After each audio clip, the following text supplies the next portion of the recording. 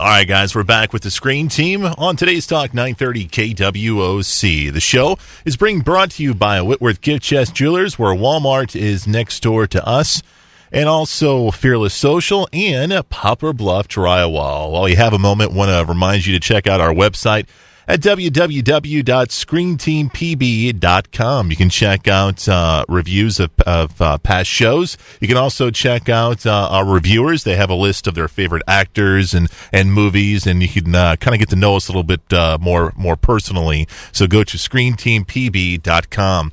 We've got Kyle and Chris in the studio, and this show is all about ESPN 30 for 30 documentaries. We did a show like this about 4 or 5 months back, and this is kind of the sequel.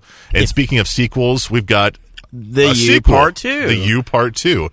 Kyle, for those who aren't familiar with the first U, tell us just a brief synopsis of that. Looking back at the 1980s, the most dominant football program of that decade, the University of Miami, talking about their rising up from virtually nothing, being a private program, the way they recruited, the players they brought in, and the controversy they brought as well with their brash, flamboyant, cocky, in-your-face style of football. But they sent a ton of great players to the NFL. Can you name a few? Like Michael Irvin. Michael Irvin wasn't bad. I think they had a quarterback named Jim Kelly might have played there.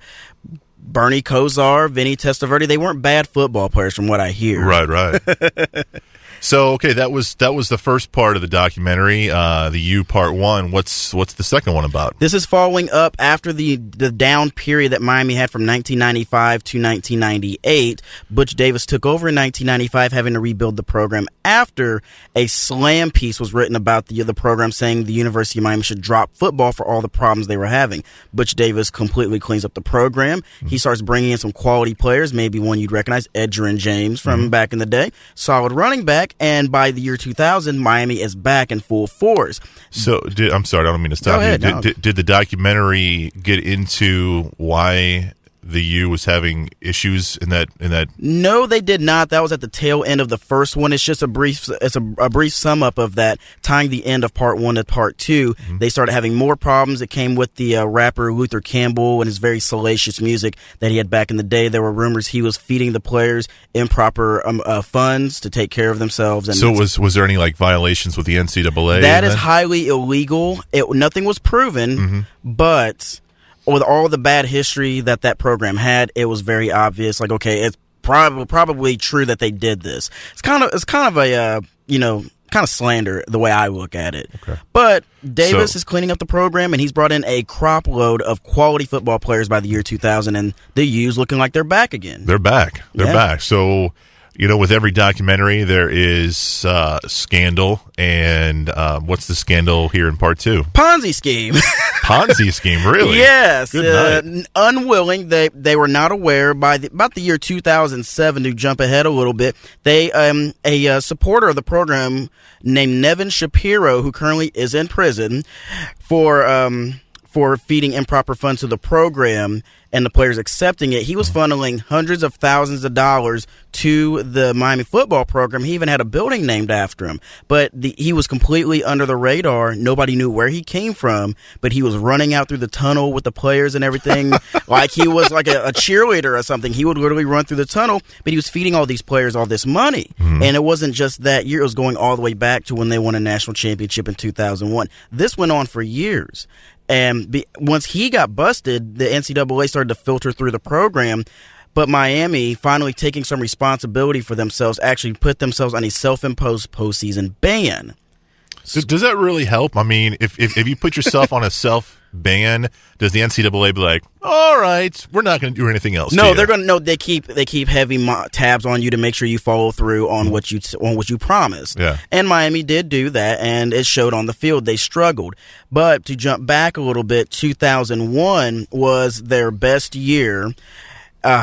This team was absolutely incredible. It featured a future Hall of Famer who just retired, Ed Reed of the Baltimore Ravens. He was the leader of a defense that sent, from 2001 to 2004, about 14 players of the NFL.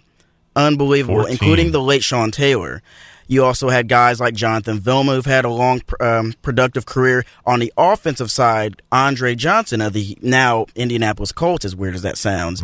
Jeremy Shockey. You had a couple of running backs named Willis McGahee and Frank Gore. They weren't bad. You know your football team is deep when Walter Payton's kid is last string. Yeah, no kidding. Yeah, they were loaded. And was Ray Lewis on the part 2 or the part 1? he would be part 1. Okay. His rookie season was 1996. Okay. Yeah, and he just turned 40 yesterday. Man. Doesn't seem that. No, he could probably still play football today at a pretty decent level. The following year, after they obliterated Nebraska, which was, as a Mizzou guy, music to my ears, they go to the national championship. They basically run through the schedule and run into Ohio State. I remember that in the national championship. I'm still heated. I lost $100 on that game. You better stop that betting, man. To my mom, okay? That was the worst part about it. So I didn't talk to her for a good while. Hey, on a side note about your mom, I hope she's listening right now, because back in April she said Duke was going to lose the national championship. How about that? Kyle's mom, what's up? Blue Devil Nation. Boom. All Right. And number 1 recruiting class again. Yeah, so, Kyle's mom, just there you go. The microphone has been dropped. Boom. Back to the game. Now, this game, when you get a chance to watch this, is just, well, the way it was originally supposed to end was a joke. A very bad penalty was called. That was actually not a pass interference call. Miami thinks they've won the game. The players have rushed the field. They're celebrating, but the PA announcer says, get off the field. Pass interference. Oh, I remember this game. I don't like talking about it either, because Ohio State was just not on the same level as Miami that year. I don't care what you tell me. And then Ohio State goes on to win the game in double overtime. Miami loses, and that's the end of that team's run. And they haven't been to a championship game since. Not even a conference championship game. Have they even? I know they've probably been in the top 25, but have they had any teams that have at least tried to make a run? One team made it to the BCS. I believe it was 2005. They played in the Fiesta Bowl. That was it. And they moved to the Atlantic Coast Conference, and since that conference has formed into 2 different divisions with a conference championship game, they have not been. Duke football has been to more conference championship games than Miami has. That's messed up. It's weird. Wow. But nonetheless, the depth of talent that this program has produced, not just in the 80s and early 90s, in the late 90s and 2000s, has been staggering. No program has produced more first-round draft picks than Miami since the year 2000. They set an NFL record for the most first-round draft picks from one school in 2004 with 6. That means basically 1 out of every 5 players was a Miami draft pick. Goodness. It's incredible the amount of talent that program has produced, which, for my money, in terms of pure talent, that's the greatest football program in the history of college football. Better than Alabama, better than Penn State, Michigan, Ohio State, Notre Dame. No, just watch your mouth. Yeah, man. Notre Dame. Just watch your mouth. Catholics versus convicts. Remember that?